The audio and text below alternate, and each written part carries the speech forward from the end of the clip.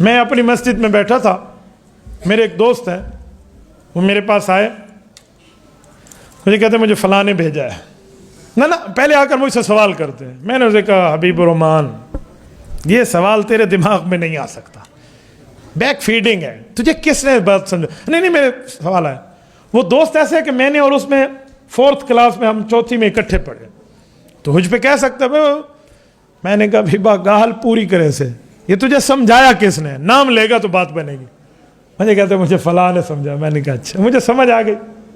میں نے کہا ڈاکٹر ہوتے ہیں نا, وہ ہاتھ لگاتے ہیں نا نبض پر, تو یوں انہیں سمجھ آ جاتا ہے کہ یہ بخار کیوں ہوا ہے, گرمی کا ہے سردی کا ہے, ٹھنڈا ہے گرم ہے, رات کو کیا کھایا تھا کیا نہیں کھایا تھا, انہیں سمجھ آتا. تو میں نے کہا جو ہم سے سوال کرتے ہیں نا, اللہ نے بھی علماء کو نوازا ہے, انہیں بہت اچھی طرح سمجھ آ جاتے ہیں کہ اس کا چینل کس جگہ سے چل رہا ہے. کہتا ہے مجھے فلاں میرا اعلی حدیث دوست ہے, فلاں نام ہے اس کو, اس نے سمجھا. میں نے کہا اچھا اب ذرا سنو. اب سوال پتہ کیا تھا؟ وہ کہہ رہا تھا کہ اپنے یار مفتی عبدالواحد قریش سے جا کر لکھوا لا کہ مکہ مدینہ میں جو کام ہو رہا ہے حق ہو رہا ہے, کہ وہ لکھ دے. تو مجھے کہتے ہیں کہ آپ نہیں مانتے حق ہو رہا ہے. میں نے کہا میں تو مانتا ہوں, میں تو مکہ مکرمہ میں کعبۃ اللہ کی نماز کو 1,00,000 نماز کے برابر ثواب سمجھتا ہوں, مدینہ طیبہ کی نماز کو 50,000 کے مطابق سمجھتا ہوں. اور میری تو یہ خواہش ہے کہ یہ آرزو ہے کہ یوں زندگی تمام کریں, یہ آرزو ہے کہ یوں زندگی تمام کریں, مکہ میں صبح کریں, مدینہ میں شام کریں. میری تو خواہش ہے. اللہ ہمیں حضور پاک کے روزے کے ارد قبر عطا فرمائے, حضور پاک کی جنت البقیع کی تربت بنائے. اس سے بڑی سعادت کی بات اور کیا ہوگی, اس سے بڑی خوش قسمتی کیا ہوگی کہ رسول اللہ کے قبرستان سے اٹھو, کل قیامت میں اللہ کے رسول کے ساتھ کھڑے ہو. حدیث پاک میں رسول اللہ نے فرمایا سب سے پہلے میری قبر قیامت میں شک ہوگی, میں اٹھوں گا, ابو بکر عمر اٹھیں گے, حضرت عیسیٰ علیہ السلام ساتھ اٹھیں گے, پھر جنت البقیع والوں کو اٹھایا جائے گا. پھر میں انتظار کروں گا جنت المعلیٰ قبرستان مکہ مکرمہ کے قبرستان کی, وہ لوگ آئیں گے, پھر ہم سارے مل کر اللہ کے دربار میں حاضر ہوں. اس سے بڑی سعادت اور کیا ہے؟ میں نے کہا میں تو چاہتا ہوں, میں تو وہاں حق سمجھتا ہوں. مجھے کہتا ہے اچھا تو وہاں پر آمین اونچی ہوتی ہے نماز میں؟ میں نے کہا جی ہاں. کہتے ہیں تم آہستہ کیوں کرتے ہو؟ میں نے کہا حبیب الرحمان بات پوری ہو گئی؟ جی. میں نے کہا تو ایسا لکھ دے, اپنے اس دوست کو کہے کہ مکہ مدینہ کے کام حق ہیں, وہ بھی لکھ دے. کہتے وہ تو مانتا ہے. میں نے کہا حبیب الرحمان تیرے سامنے مانتا ہے, یا لے لکھوا لا. اسے کہا مفتی صاحب کہتے ہیں میں لکھ دیتا ہوں وہاں کی آمین حق ہے, لیکن اسے کو تو لکھ دے کہ وہاں جو کام ہو رہا ہے حق ہے. انہوں نے کہا وہ لکھے گا. میں نے کہا اس کا ابا بھی نہیں لکھے گا, بھولتے ہے تو مجھے پتا ہے, میں بہت اچھی طرح اندروں دے گون جو اسا مولوی سارے سجاڑنے ہیں, لکھوا لا. کہتے اچھا.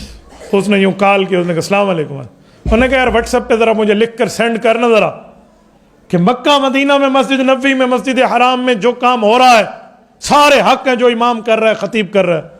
انہوں نے کہا چھوڑ میری بات اس سے لکھوا. اس نے کہا وہ لکھ کے دینے پہ تیار ہے, لیکن اس نے کہا اس سے لکھوا لو کہ مکہ مدینہ میں سارے کام حق ہو رہے ہیں. اب وہ کہتے ہیں اچھا تو آئے گا تو میں تفصیل بتاؤں گا.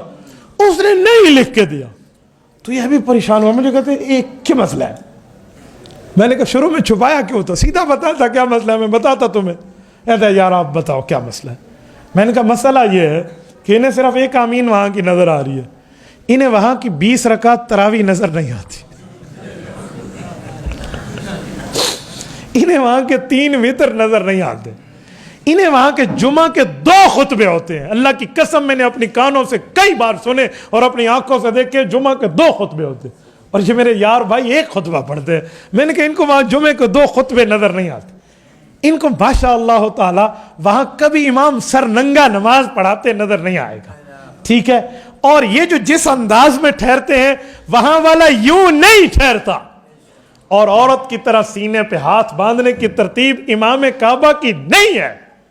اور یہ میرا بھائی جنازہ بہت اونچی اونچی آواز سے پڑھتا ہے, اور مکہ مکرمہ اور مدینہ طیبہ میں جنازہ آہستہ ہوتا ہے, ہر نماز کے ساتھ جنازہ ہوتا ہے. میں نے اپنی زندگی میں کئی نمازیں مکہ مکرمہ میں پڑھی, اللہ آپ سب کو عطا فرمائے. مدینہ طیبہ میں پڑھی اللہ آپ کو عطا فرمائے, آپ کی برکت سے اللہ ہمیں عطا فرمائے. شاید میری زندگی کی اکا دکا کوئی نماز ہوگی جس کے ساتھ جنازہ کا اعلان نہ ہو, ورنہ سلام کے بعد وہاں کے خطیب اعلان کرتے ہیں الصلاۃ علی الانبات یرحمکم اللہ, اللہ آپ پر رحمت کرے, نماز جنازہ پڑھتے جاؤ. یا کبھی کہتے ہیں الصلاۃ علی المیت یرحمکم اللہ, کوئی ایک میت آیا ہے جنازہ. کبھی کہتے ہیں السلام علی المیتتی, ایک خاتون آئی ہے. کبھی کہتے ہیں الصلاۃ علی الطفل والمیتتی یرحمکم اللہ, ایک عورت ایک بچے کا جنازہ ہے, پڑھتے جائیے. ہر نماز کے ساتھ اعلان ہوتا ہے. جو حضرات جا چکے ہیں وہ میری تائید کریں گے کہ ایسے ہی اعلان ہو. تو سارے جنازے آہستہ ہوتے ہیں, جو یہ جنازہ اونچا پڑتا ہے. میں نے کہا آگے چلو. مکہ اور مدینہ میں جمعہ کی 2 اذانیں ہوتی ہیں, ایک جمعہ سے پہلے, ایک خطبے کے بعد, ایک خطبہ سے پہلے, نماز سے پہلے, اور ایک جمعہ سے پہلے, 2 اذانیں. اور یہ میرا یار بھائی ایک دیتا ہے اذان. اور مکہ مکرمہ میں, مدینہ طیبہ میں امام حرم مکی, امام حرم مدنی امام احمد ابن حنبل رحمہ اللہ کی تقلید کو ضروری سمجھتا ہے, اور یہ تقلید کو حرام کہتا ہے.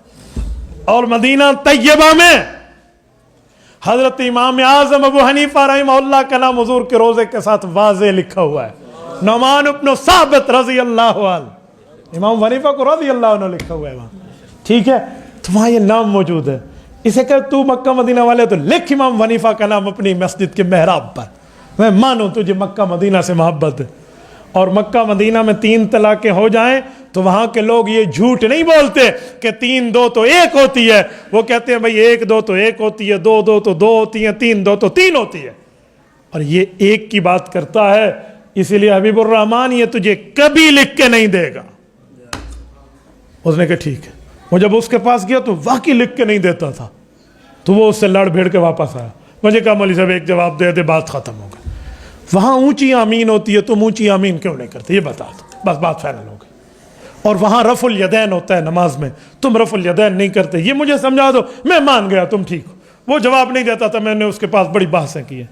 میں نے کہا سنو, رسول پاک صلی اللہ علیہ وسلم سے اونچی آمین بھی ثابت ہے, آہستہ آمین بھی ثابت ہے. یہ دونوں حدیثیں جامع ترمذی جلد اول ابواب الصلاۃ میں موجود ہیں. باب ما جاء فی التامین, امام ابو عیسیٰ ترمذی رحمہ اللہ حدیث لائے ہیں کہ آمین کا باب.